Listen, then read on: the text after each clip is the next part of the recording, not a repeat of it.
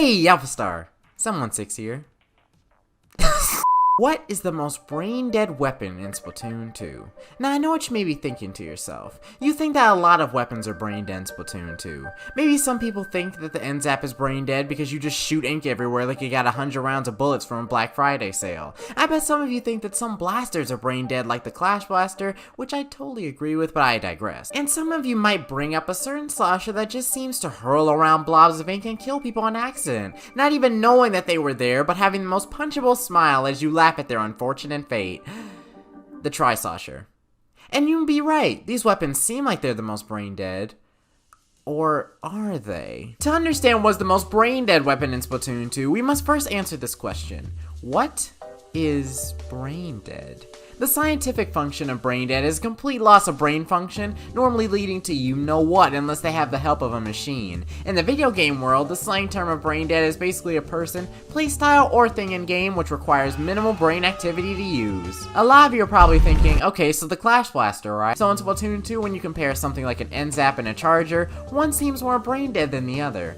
But how do you know? To you, different weapons might have different learning curves because you just might play the game slightly differently than little Timmy who's still rocking the cream basics like they're the new Jordans on the market. A frontliner may find chargers and splatlings very alien-like. While these different weapons have different playstyles, one thing we can definitely say determines how brain dead a weapon is how much energy it uses from you, the player. I found online that the click of a mouse or controller takes about 1.42 heat calories from you. These heat calories are not the same magnitude of calories that we eat in our Chipotle bowl, so don't think you can click your mouse a couple hundred times to get away with stuffing your face. These are a significantly lower quantity of calorie that's consumed when doing simple tasks like clicking a mouse. That still does not change the fact though that energy is used and signals are sent from your brain to your fingers. Some weapons it's in a very, very small amount.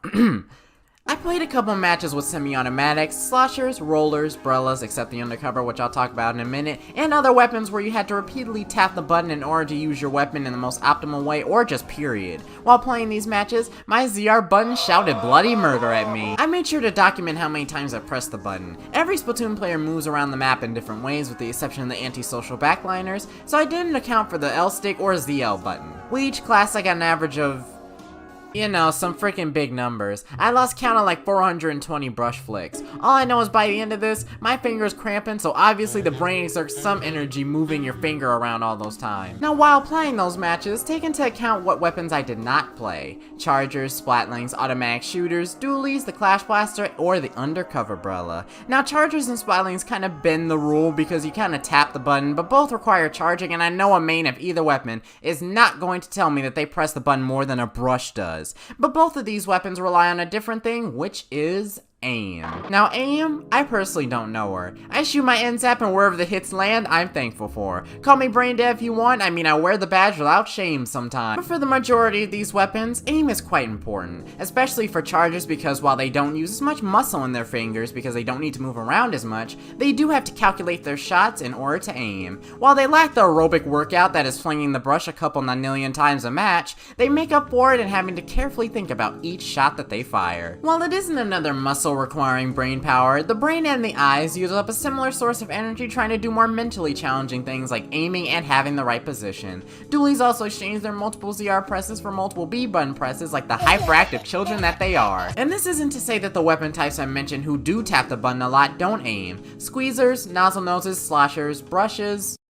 Okay, who am I kidding with that last one? Need to aim as well as stimulate their brain by tapping the button in order to play effectively. The Bloblobber also requires calculus level shots to hit a pursuing opponent with a couple stray kills as a participation award, making it automatically the least brain dead weapon among the bunch.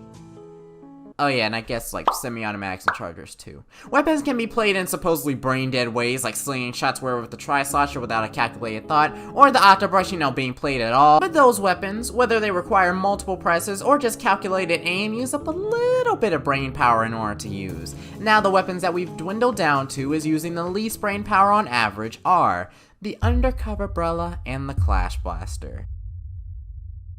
God, I hate these two weapons. The classes that these two weapons reign from I include in my tap-shotting section. This is necessary for the umbrellas to fire period and blasters to fire optimally along with jumping, with these two exceptions. Now these weapons have a spread fire, can hold the trigger and seem pretty evenly matched. However, I can tell you one key difference between the two weapons which makes one worse than the other. One has a shield while the other doesn't. This means that undercover users have to take into account their umbrella whenever they go into battle. One suction bomb is enough to blow up these things, so they have to be smart when applying their shield. Now what does the Clash Blaster do?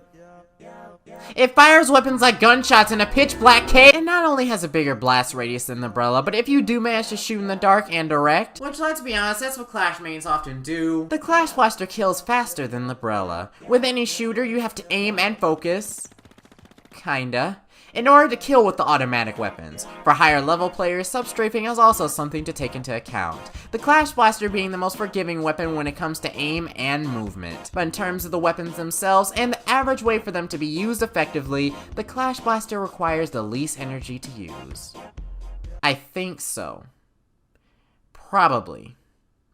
Okay, look at this. How do you defend this having any form of intelligence? And that was my completely unbiased, totally serious analysis on what the proven most brain-dead weapon is. And nudge nudge, this video was a joke. A weapon is made good by a toast player. Before you finish writing that wall of text preaching that entire speech, let me get that out of the way. The amount of times you press a piece of plastic and your aim aren't the only thing that dictates your weapon's true potential or how much effort you put into your weapon. They were just two things I could find to throw the Clash Blaster under the bus. Because if I hear one more time, I'm going to pop a goddamn blood vessel. So yes, even this, and this, and this can be good and played in clever ways.